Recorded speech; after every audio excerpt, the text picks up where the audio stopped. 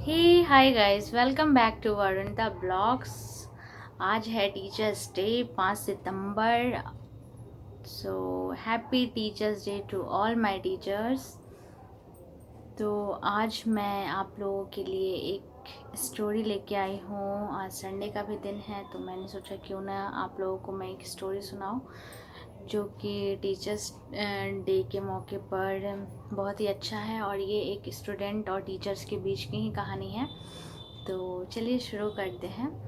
तो एक राजा थे जिनको पढ़ने लिखने का बहुत शौक़ था और कुछ वजह से वो नहीं पढ़ाई कर कोई वजह थी जिसकी वजह से वो पढ़ाई नहीं कर पाए थे। लेकिन उनका साम्राज्य बहुत बड़ा था, वो बहुत बड़े आदमी थे। तो उन्होंने सोचा कि क्यों ना मैं पढ़ाई किया जाए। तो उन्होंने मंत्री परिषद तक यह बात पहुंचाई कि उन्हें पढ़ने का मन है। तो उसके लिए उन्होंने मंत्री परिषद को बोला कि मेरे लिए एक शिक्षक की व्यवस्था की जाए। तो मंत्री परिषद की सहायता से उनके लिए एक शिक्षक की व्यवस्था की गई। तो शिक्षक रोज़ पढ़ाने आने लग गए राजा को। तो पढ़ाते पढ़ाते 3-4 महीने का समय बीत गया, लेकिन इससे राजा को कोई फ़ायदा नहीं दिख रहा था।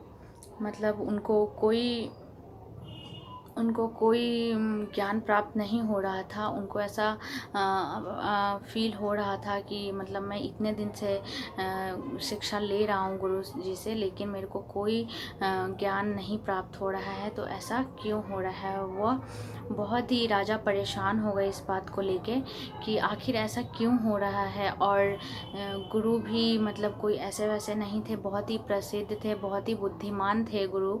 लेकिन उनको क्यों शिक्षा प्राप्त नहीं हो रही थी।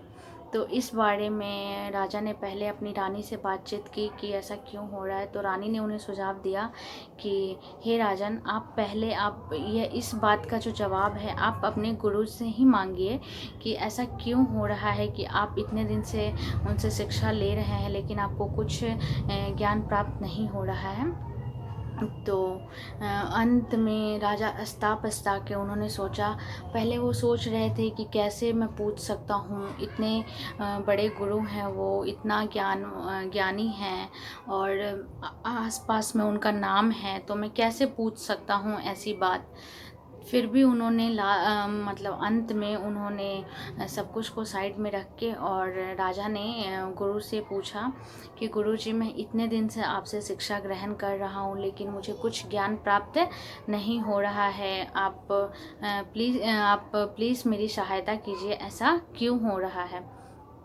तब गुरुजी ने बहुत ही सरल तरीके में उत्तर दिया कि राजा देखिए, आप इस बात को खुद सोचिए कि आपके साथ ऐसा क्यों हो रहा है, आपको ज्ञान क्यों नहीं प्राप्त हो रहा है।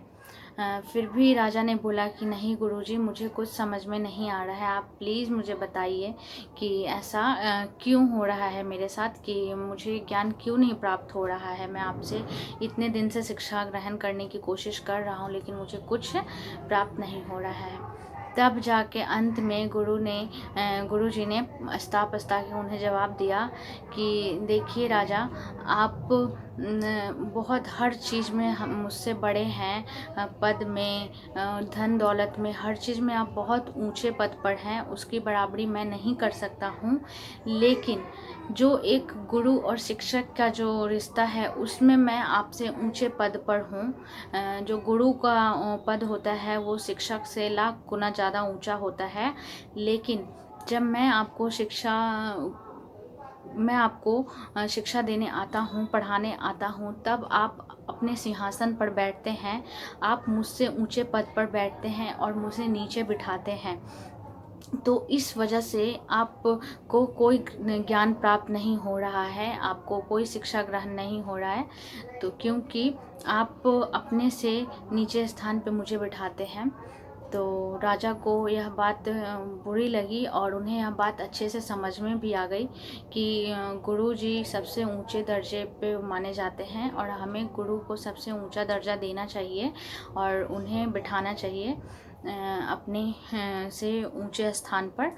तो अगले दिन से ही राजा ने अपने सिंहासन पर गुरु को बिठाना शुरू कर दिया और ख़ुद वो नीचे बैठने लग गए, और तब जाके उनको शिक्षाएं प्राप्त होने लग गई, सारी जो भी ज्ञान था उनको प्राप्त होने लग गया। तो फिर बहुत खुश हो गए वो। तो ये स्टोरी इतना ही थी। तो आप लोग इस स्टोरी से क्या समझते हैं? देखिए, इस स्टोरी से यह समझ में आता है कि सिर्फ ऊंचा बैठाने से या फिर नीचे बैठने से नहीं होता है गुरु और शिक्षक का रिश्ता। अपने मन में, अपने पूरे अंतर आत्मा में हमें यह बात ध्यान में रखनी चाहिए कि गुरु सबसे ऊपर है, चाहे हम उन्हें नीचे बिठाएं या ऊपर बिठाएं। हमेशा दिल में, अपने मन में ये ध्यान रखें कि गुरु सबसे ऊंचा है और उनसे ऊपर कोई नहीं है। क्योंकि कोई भी इंसान, चाहे वो कुछ भी बन जाए, चाहे वो दुनिया का सबसे बड़ा आदमी ही क्यों ना हो, उसके पीछे भी उनके गुरु का ही हाथ होता है। तो गुरु का स्थान हमेशा सबसे ऊपर रखें और कभी उनको नीचा या छोटा ना समझें। तो हमें इस स्टोरी से यही समझ में आता है कि गुरु हमेशा सभी से ऊपर होते हैं। तो आई होप कि आप लोगों को यह स्टोरी पसंद आई होगी, और आप लोगों को अगर यह स्टोरी पसंद आई हो तो please like, share and subscribe कर दीजिएगा, जो भी नए हैं मेरे इस चैनल पे।